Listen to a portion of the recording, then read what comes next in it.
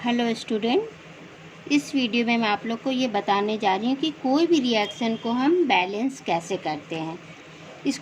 कोई भी रिएक्शन को बैलेंस करने से पहले सबसे पहले ये जानना ज़रूरी है आपके लिए कि केमिकल रिएक्शन होता क्या है। तो chemical reactions are the process in which new substance are form with new properties.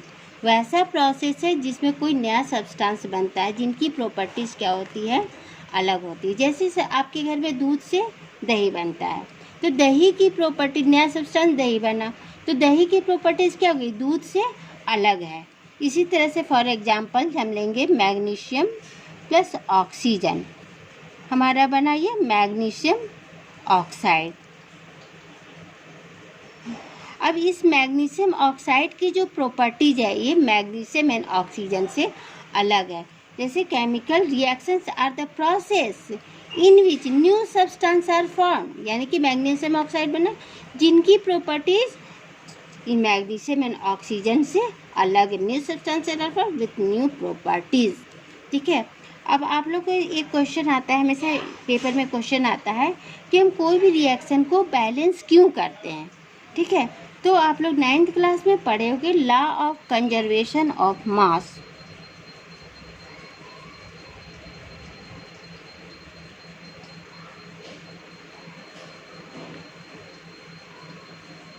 According to this law, इसमें आप लोग ये पढ़ोगे mass can neither be created nor be destroyed in a chemical reaction. ना मास क्रिएट होता है ना destroy होता है। फॉर एग्जांपल जैसे मैग्नीशियम प्लस ऑक्सीजन लिया, हमारा बना मैग्नीशियम ऑक्साइड। अब मैग्नीशियम कितना है हमारे पास 2, यहाँ पर भी देखो कितना है मैग्नीशियम 2।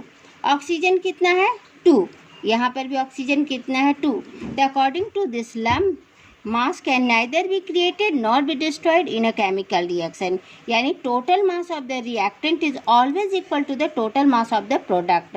जैसे आपको ये बता दूं कि रिएक्टेंट एंड प्रोडक्ट होता क्या है। इसी एग्जाम्पल को हम फिर से लेते हैं।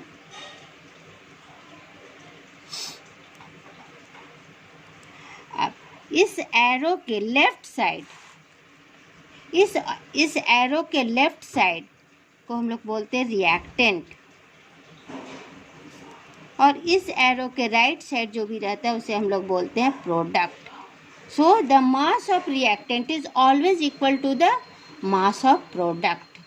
ठीक है। अब आप देखोगे कि बैलेंस कैसे करते हैं, तो इसके पहले आपको ये जानना होता है कि बैलेंस करने में होता क्या, what is a balanced chemical reaction.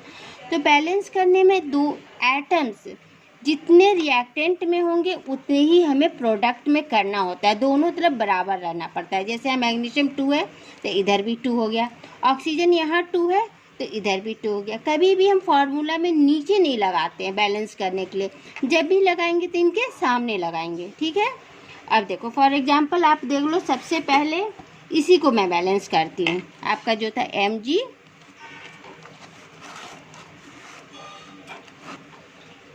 Plus O2, ये हमारा बना MgO, इस तरह से आएगा। अब आपको इसको बोलेगा कि बैलेंस कीजिए, आपको कुछ भी नहीं मालूम है। सबसे पहले यहाँ पर लिखो रिएक्टेंट और इधर लिखो प्रोडक्ट।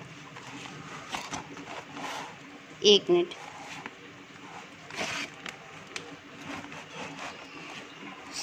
अब देखो यहाँ पे मैग्नीशियम हमारा कितना है 1, ऑक्सीजन कितना है 2, बट प्रोडक्ट में कितना है ये 1 and 1, यानी कि ये बैलेंस नहीं है। अब इसको हम बैलेंस कैसे करेंगे, ये देखो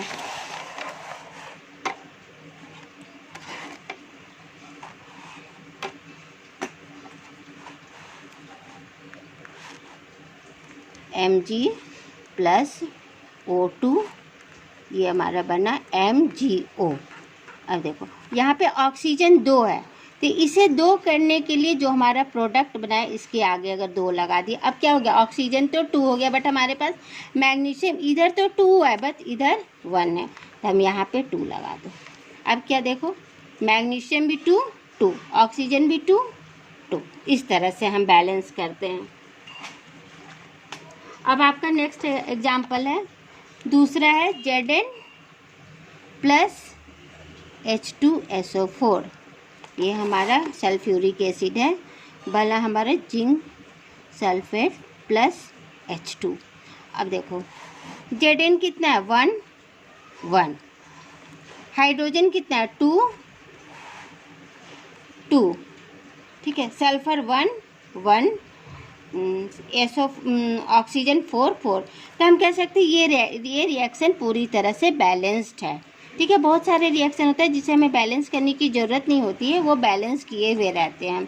थर्ड एग्जाम्पल हम लेते हैं, हाइड्रोजन प्लस ऑक्सीजन, ये हमारा बना वाटर H2O, ठीक है। ये बैलेंस नहीं है। अब देखो इसको बैलेंस करते करते सबसे पहले इधर लिखोगे रिएक्टेंट, इधर लिखोगे प्रोडक्ट। यहाँ पे लिखोगे तुम्हारे पास रिएक्टेंट में हाइड्रोजन है तो हाइड्रोजन, नेक्स्ट ऑक्सीजन है तो ऑक्सीजन। अभी हाइड्रोजन कितना है 2, ऑक्सीजन कितना है 2, बट प्रोडक्ट में कितना है, हाइड्रोजन तो 2 है बट ऑक्सीजन 1 है। अब यहाँ देखो, अब इसे बैलेंस करने के लिए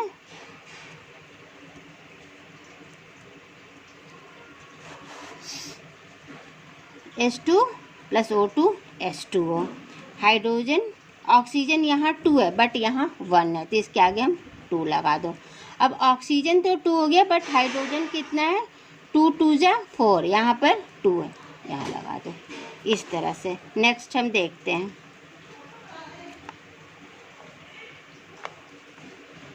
नाइट्रोजन प्लस ऑक्सीजन, ये हमारा बना नाइट्रिक ऑक्साइड।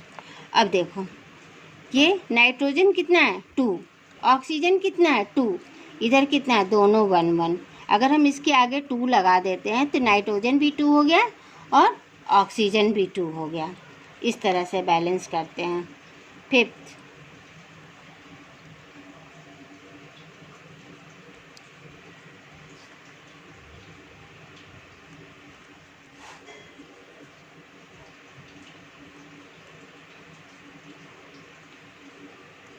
अब देखो यहाँ पे रिएक्टेंट, यहाँ पर प्रोडक्ट। देखो रिएक्टेंट में क्या किया है, ferrous ferrous, hydrogen hydrogen, oxygen oxygen. Product में अब देखो यहाँ पर कितना 1, हाइड्रोजन कितना है 2, ऑक्सीजन 1, बट प्रोडक्ट में ferrous 3, oxygen 4 and hydrogen 2, sorry hydrogen 2 oxygen 4, ठीक है। अब इसे बैलेंस करने के लिए तुम सबसे पहले ऑक्सीजन को देखो, यहाँ पर 4 है बट यहाँ 2 है तो इसे 4 करने के लिए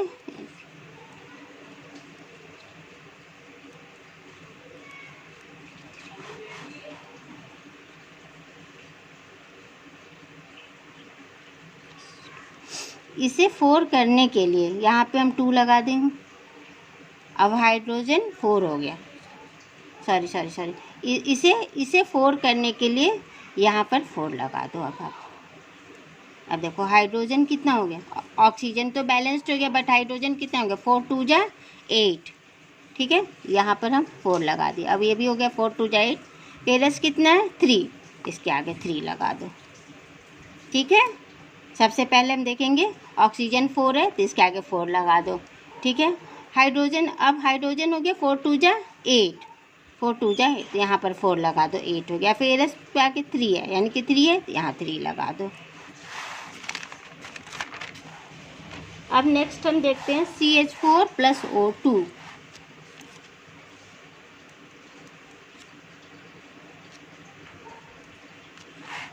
ये हमारा बना तुम्हारा कार्बन डाइऑक्साइड प्लस वाटर। अब यहाँ देखो सबसे पहले हम देखते हैं इसमें हाइड्रोजन 4, ठीक है। अगर यहाँ 2 लगा दो, ये तो 4 हो गए, ठीक है।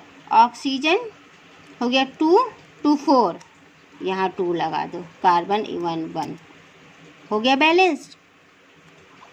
इसे देखो ऐसे देखो, पहले सबसे पहले तुम्हारा हाइड्रोजन 4 तो इसके आगे 2 लग गया तो 2 2 जा 4।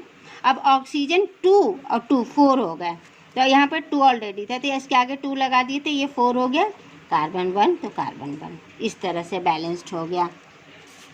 नेक्स्ट हम देखते हैं 6, C6H12O6, ठीक है, प्लस O2, ये हमारा बना CO2 plus H2, glucose, oxygen, carbon dioxide, water, ठीक है। ये रेस्पिरेशन का एग्जाम्पल में भी ये है, ठीक है। अब देखो, सबसे पहले आप ये देखोगे इसमें कार्बन कितना है 6, ठीक है, कार्बन 6 है, तो कार्बन को 6 करने के लिए यहाँ पे हम 6 लगा दिए। अब देखो कार्बन तो बैलेंस हो गया, बट यहाँ पे हमारे पास ऑक्सीजन कितना हो गया 6 2 जा 12। हाइड्रोजन देखो कितना है, हाइड्रोजन 12 है, बट यहाँ कितना है 2। अगर हम इसके आगे 6 लगा दिए तो हाइड्रोजन भी 12 हो गया, 6 2 जा 12। अब ऑक्सीजन देखो कितना है 6 2 जा 12 प्लस 6 18 है, तो 6 यहाँ पर है, तो अगर यहाँ पर 6 लगा देते हैं तो 6 2 जा 12 प्लस 6 18। इस तरह से सारा आप लोग खुद से अब सॉल्व करोगे। एक बार मैं फिर से इसे बता देती हूँ, आप यहाँ ध्यान से देखना। सबसे पहले हम कार्बन देखते हैं, कार्बन 6, तो इसके आगे हम 6 लगा दिए, ठीक है। अब कार्बन तो तुम्हारा बैलेंस हो गया। अब देखो हाइड्रोजन 12 है, बट यहाँ पर हाइड्रोजन हमारे पास 2 ही था, तो इसके आगे 6 लगा दिया, हाइड्रोजन भी 12 हो गया। अब देखो ऑक्सीजन कितना हो गया हमारा 6 2 जा 12, ठीक है, प्लस 6 18। यहाँ पर 2 था और यहाँ 6 था, तो 6 अगर हम यहाँ पे 6 2 जा कर देते 12 प्लस 6 18 हो गया, ठीक है। बाय बच्चों।